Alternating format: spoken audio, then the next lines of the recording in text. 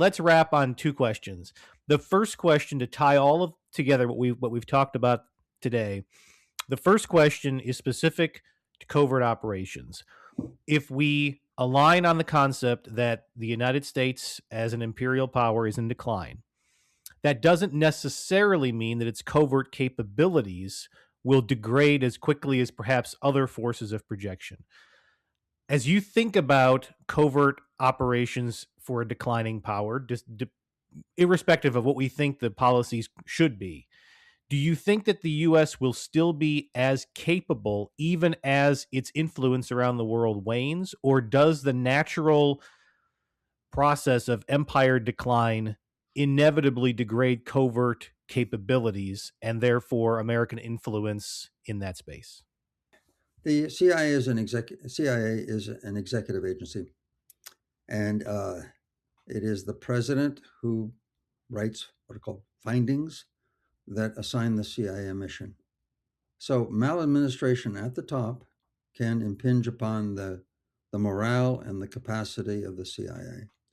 And I believe that the Trump administration is so maladministering the U.S. national security state with marginally competent people, in fact, outrageously incompetent people. Pete Hegseth, as the Secretary of Defense, Secretary of War of the United States, really do tell? The man is completely incompetent.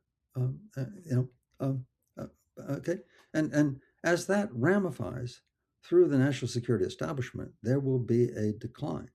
Good people won't join. Veterans who find their reports dismissed, their work trifled with, as they see the geopolitical miscalculations by the administration, they just can't participate. They resign. Okay, so there will be degeneration. But more importantly, the age of the golden age of espionage is over. And let me explain, and this is something I do in the book, why it was so important during the Cold War. Okay, during the Cold War, there were two processes going on. There was this geopolitical struggle by the two major powers, Moscow and Washington, for dominance over the globe. But very importantly, what was going on was something called decolonization. At its peak in 1900, 40% of the Earth's surface was colonies.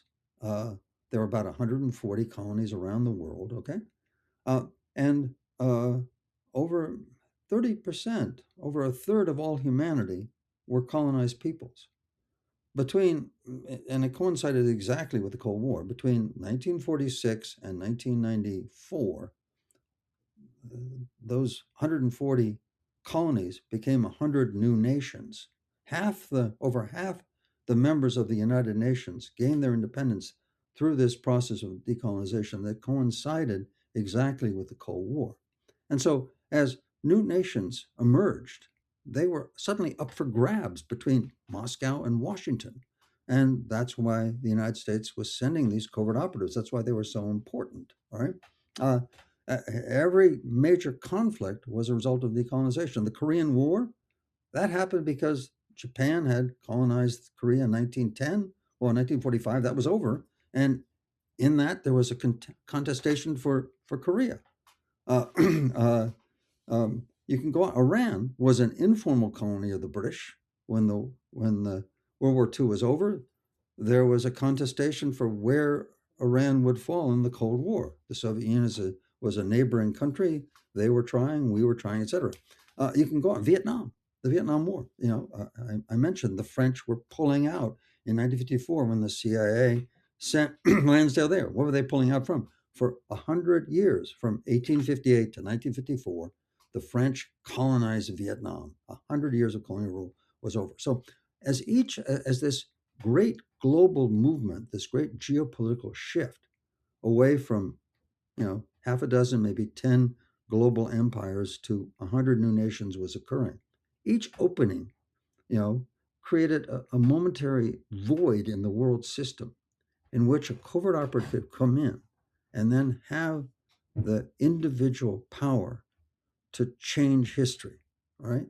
And that doesn't operate anymore, right? There will be places where there will be an asymmetry of power, between the United States and or this Russia or China, for that matter, in which espionage will play a role. But it's not going to be quite the same, okay? Because look, we historians all understand. That's one thing I think we all agree about, even those of us who write biographies, is that among the great forces of change in human history, individuals don't matter. Even kings and generals and all the rest, they don't matter. It's these larger complex forces. Yet, during the Cold War, because of these geopolitical ruptures, during decolonization, when the old power pulled out and the new power array hadn't been established, there was a void, and that allowed individual covert operatives, these men on the spot, to actually change history. And that's a time that's passed. So that's why I say the Cold War was the golden age of espionage, and by the end of the Cold War, that golden age was over. So yes, intelligence services are important, but nowhere near as important. So why all the I mean, look at Netflix, okay? Look at what's on our screens.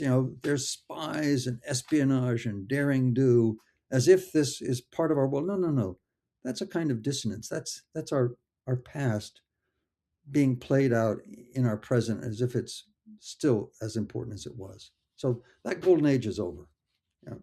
Espionage will be important. Intelligence services are important, but they will not have the power that they once had.